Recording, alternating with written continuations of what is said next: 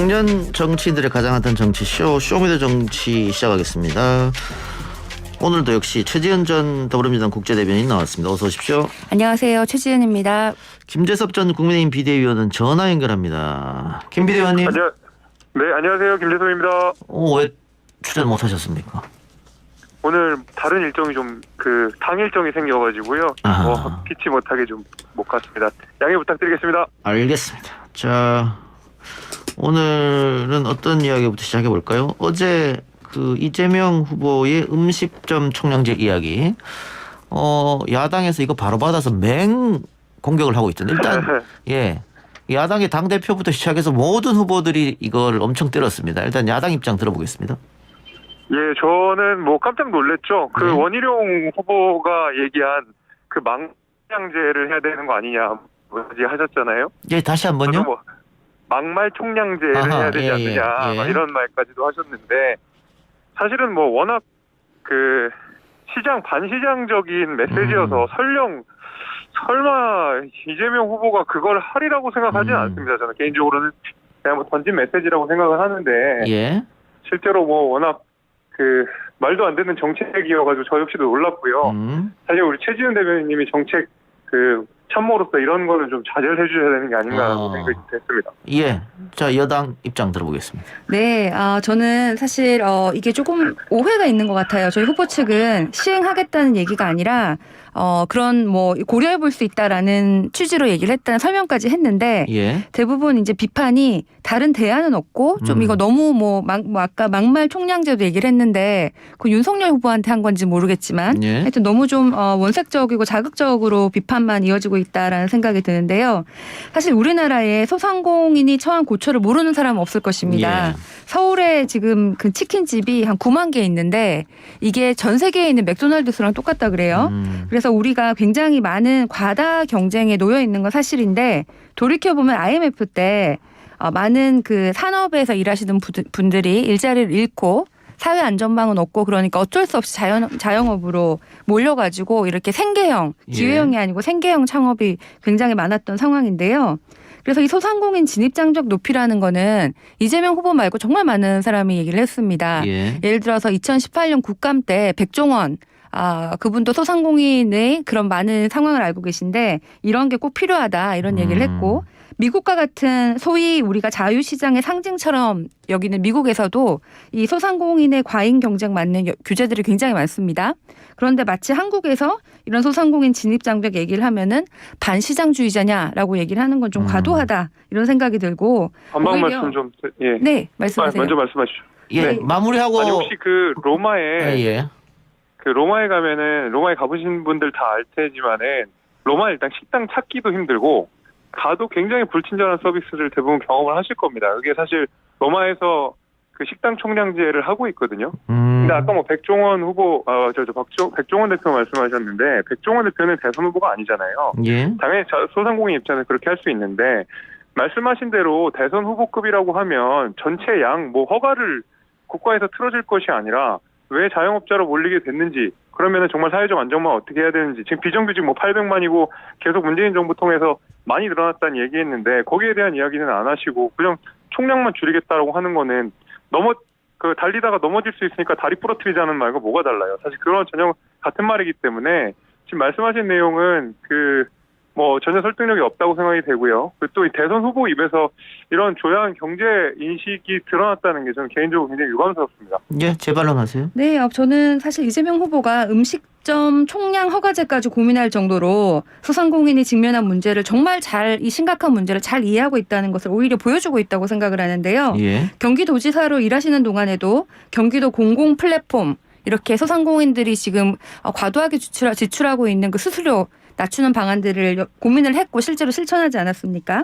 그리고 전환적 공정 성장이라는 그런 공약에서 전반적으로 우리 산업 구조가 혁신 성장 부분에 좋은 일자리를 더 많이 만들어야 된다. 그런 이제 목적을 가지고 있죠. 또 사회 안전망 강화하고 자영업자들의 권리 보호하는 아주 구체적인 방안들도 제시를 했고요. 그러니까 그게 총량을 줄인다고 해서 해결되는 문제가 아니잖아요. 저는 이 소상공인들의 총량을 줄이는 것은 한 가지 검토해 볼 수 있는 방안은 될 수 있으나 전반적으로는 정책이면 주장을 하시지 나중에 철회하셨잖아요. 근데 저는 전반적으로는 이 진입 장벽을 높이는 것에 대해서는 그 방법 중에 총량이 검토될 수는 있겠으나 진입 장벽을 높이는 것은 좀 필요하다. 심지어는 규제를 통해서라도 필요하다고 보이고 그런데 말씀하신 것처럼 이게 유일한 방안은 아니고요. 지역화폐 예산을 늘린다든지 코로나19로 인한 손실 보상 하한선을 올린다든지 이런 문제들도 같이 말씀을 하셨기 때문에 이것만 말한 것이 아니라 소상공인 문제를 아주 다각도로 다양한 정책으로 접근을 하고 있고 좀 더 큰 사회 구조적 문제까지 해결을 하려는 의지가 있다고 보입니다. 예. 마지막으로 김재섭 비대위원님. 이렇게 되면은 기존의 자영업 허가를 받으신 분들이 말하자면 기득권이 되는 겁니다. 예, 그리고 예. 새로 자영업자를 하시려고 하는 분들한테는 그거 자체가 장벽이 될 거고 직업 선택의 자유라든지 여러 가지 경제 선택의 자유를 침해할 가능성이 대단히 높다고 생각이 되고요. 결국 권리금, 이미 허가를 받은 사람들이 계속 권리금을 갖고 기존에 있는 기득권을 강화하는 방식으로 갈 가능성이 높고 애초에 이 영업 자체를 제한한다는 것이 지금 우리 대한민국 사회에서 자영업 밖에는 지금 할 수 있는 일들이 없는 대한민국 사회에서 과연 이게 가당키나 한 말인지 저는 지금 이 천만 있는 소상공인 분들한테도 굉장히 큰 상처가 되는 말이 아닐까라고 생각합니다. 예. 네, 하나만 더 제가 보태면요. 예. 이게 지금 그 약자들이잖아요, 소상공인들이. 예. 자유라는 명목으로 무한 경쟁을 계속 해라가 아니라 사회 전체의 구조의 대전환을 가지고 오는 건 중요한 일이라고 생각을 하고 또 가만히 보면 이 음식점 총량 허가제가 지금 그 굉장한 인신 공방에 난무하던 선거판을 다시 정책 공방으로 조금 전환을 시켰는데 다른 후보들도 지금 정책 메시지를 계속 얘기를 했는데 잊혀졌거든요. 근데 이재명 후보가 얘기를 한 것은 부각이 되고 있습니다. 그래서 이재명 후보는 할 바를 진짜 실천할 것이다. 이런 믿음이 예. 있기 때문에 이런 일이 일어나는 것이 아닌가 이런 생각이 듭니다. 예. 김 비대위원님 다시 기회를 드릴 수밖에 없네요. 최지은 대변인 말을 했으니까. 예. 네, 그런 정책은 안 하셨으면 좋겠습니다. 그런 데에서는 추진력을 안 발휘해줬으면 좋겠다는 게 제 개인적인 생각입니다. 전 다른 후보들께도 비판뿐만 아니라 대안도 좀 같이 말씀해 주시라 자, 말씀 그 드립니다. 대안 이야기 했으니까 제가 김 전 비대위원한테 좀 여쭤보겠습니다. 네. 우리가 뭐 OECD 중에 그 자영업자 비율이 높은 거는 뭐 주지의 사실이고 예. 통계를 봐도 10곳이 개업을 하면 8곳은 폐업을 한다. 그리고 그렇죠. 1년을 못 버티는 업체가 한 40%, 나머지 네. 업체도 5년을 못 버틴다 이런 건데 지금 최지은 전 대변인 대안을 얘기해 줬으니까 대안 문제를 지적해 줬으니까 국민의힘이 무조건 안 된다 하지 말고 국민의힘도 자영업에 대한 어떤 대안을 내놓아야 되는 거 아니냐 뭐 이런 지적도 있거든요.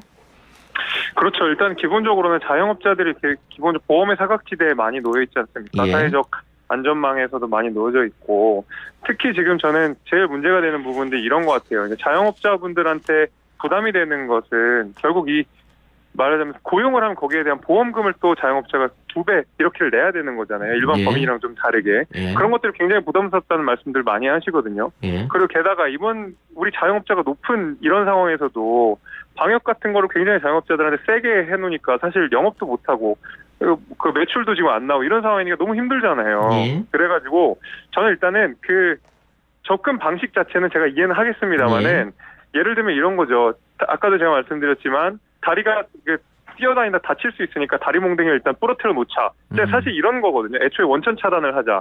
이런 거거든요. 그리고 저는 이 자영업자뿐만이 아니라 법인이나 일반 스타트업 같은 경우에도 폐업률이 굉장히 높습니다. 예. 예, 그래서 이분들에 대한 보호 장치도 같이 얘기하면 또 모를까. 그냥 자영업자들은 총량제를 하자.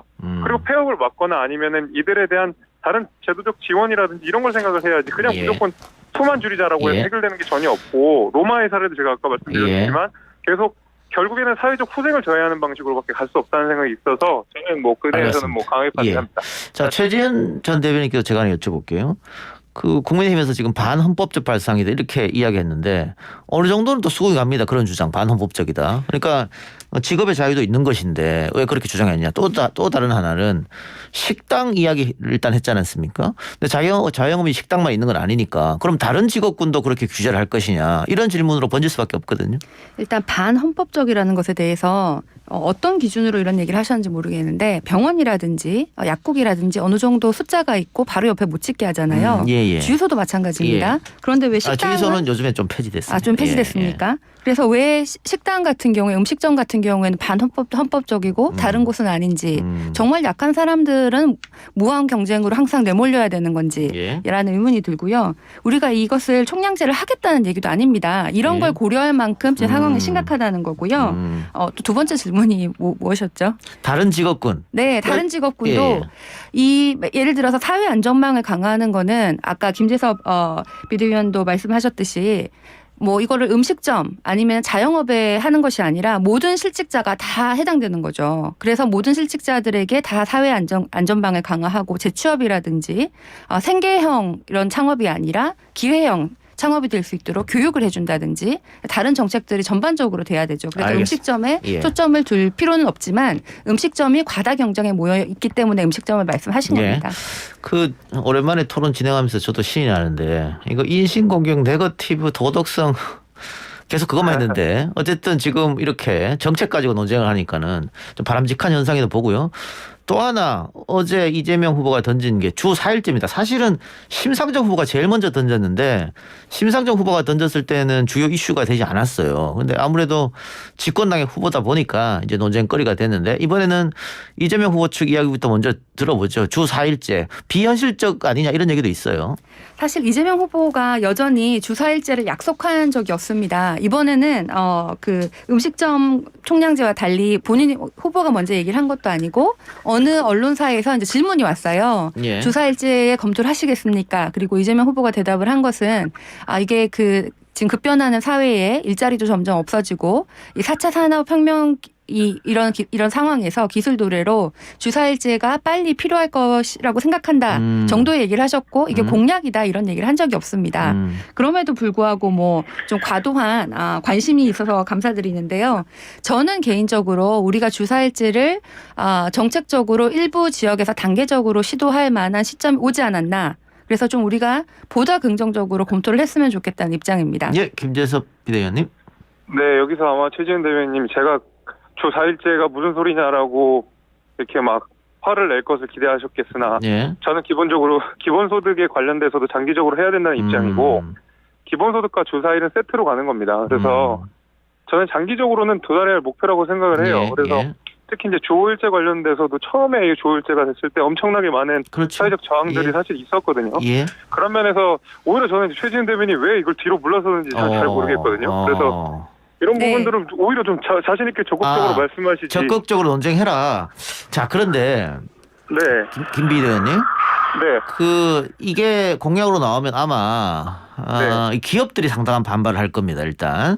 당연하죠. 예. 그리고 저도 이쪽 자그마한 회사를 운영하고 있는데 그 대표 입장으로서는 마땅치 않거든요. 이 주 4일이 이런 분들도 많이 계실 테고 너무 지금 뭐 조금 장래 이야기를 해줬습니다마는 네네. 주 4일제로 갔을 때 우리 경제에 미치는 여파를 생각 안 할 수도 없잖아요. 당연하죠. 특히 이제 우리가 주 52시간제 도입한 지가 얼마 안 됐잖아요. 예. 그리고 나서도 굉장히 많은 그 경제 타격을 사실 줬던 일들이 있습니다. 그래서 이거를 이제 주 4일제를 당장 도입하기는 어렵겠지만은 저는 이제 이재명 지사의 태도를 문제 삼고 싶은데 기본소득이 훨씬 더 어떻게 보면 더 급진적인 제도거든요. 예. 주 4일은 오히려 그 과정 속에서 이루어질 수 있는 제도인데 기본소득은 그렇게 굉장히 자신 있게 주장하면서 주 4일제에 대해서는 자신 있게 못하는 것은 결국 이제 문재인 정부의 실패를 52시간을 너무 급격하게 도입했다는 것에 대한 부작용을 인지하고 있기 때문에 이렇게 한 발 물러선 거라고 생각을 하는데 저도 말씀드린 대로 주 4일제가 당장 도입되기는 어렵겠죠. 특히 이제 트럭이라든지 플랫폼 노동자라든지 하시는 분들은 기본적으로 주 4일이 되든 5일이 되든 계속 가혹한 노동 환경 속에서 놓일 수밖에 없기 때문에 이게 4일이나 5일은 큰 의미가 없습니다만. 알겠습니다. 자, 잠시만요. 이거 두 분이 생각이 같으니까 이걸로 논쟁할 일은 없을 것 같고요. 다만 물러서신 것 같은데 최지은 대변인 반대하신 거 아니에요? 반대한 것이 아니고요. 후보님이 이것을 예, 공약으로 알겠습니다. 약속한 적이 예. 없다. 저는 개인적으로 찬성한다. 이렇게 찬성한다겠습니까? 얘기를 했습니다. 근데 지금 김 전 비대위원의 개인적 생각을 말씀해 주신 거잖아요. 그건 제 개인적인 생각입니다. 예, 국민의힘 당론이랄까요? 혹은 후보들의 생각은 어떨까요?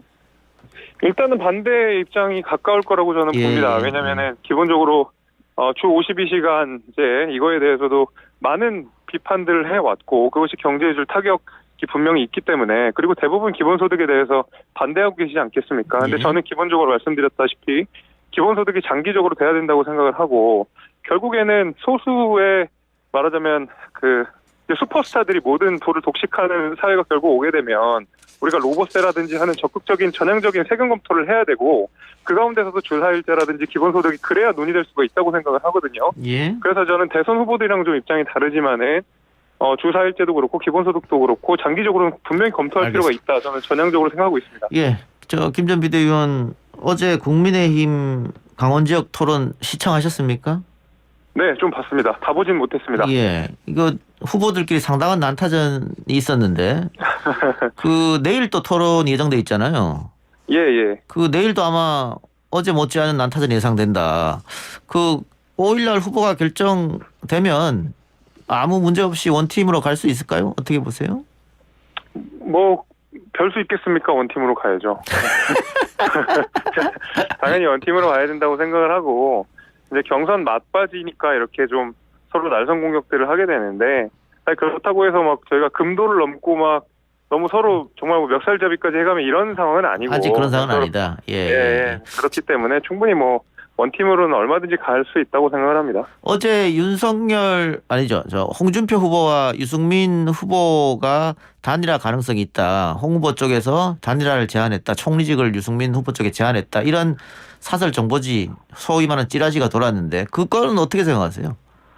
유승민 캠프 쪽의 입장은 전혀 아니라는 게 유승민 캠프의 입장이고, 오히려 유승민 캠프의 입장은 나를 단일화 하고 싶으면 차라리 사퇴하고 나를 도와라라는 식으로 오히려 맞받아쳐서 이 메시지를 낸 것으로 제가 알고 있습니다. 가능성은 전혀 없다 이렇게 보고 계시는 겁니까?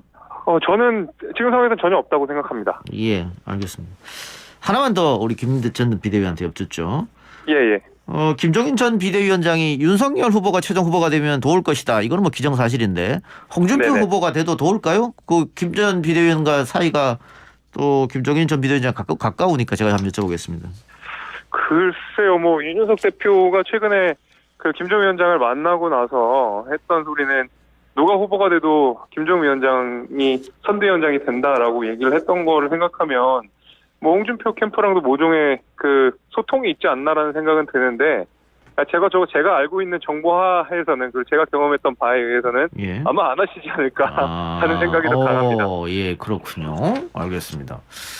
자, 최재현 대변인님, 지금 각종 여론조사에서 양자 대결 혹은 사자 대결로 보면 이재명 후보가 홍준표 후보보다는 윤석열 후보하고 대결했을 때 훨씬 많은 득표율, 프로테이지를 올릴 것이다. 이런 게 조사 결과가 나오더라고요. 그러면은 이재명 캠프로 봤을 때는 홍보다는 윤이 올라오는 게 더 이기기 좋다. 이렇게 판단할 수 있을 것 같은데요.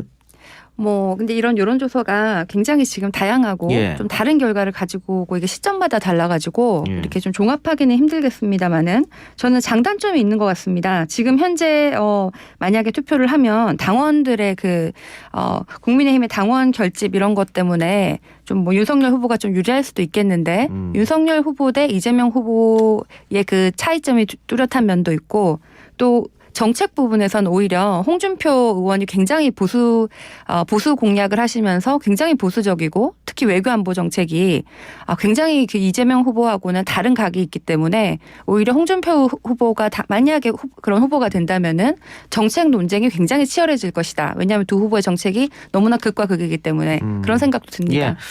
김 전 비대위원은 지금 국민의힘 소속이니까 누가 이길지 예측해달라고 그러면 답하기 어렵겠죠?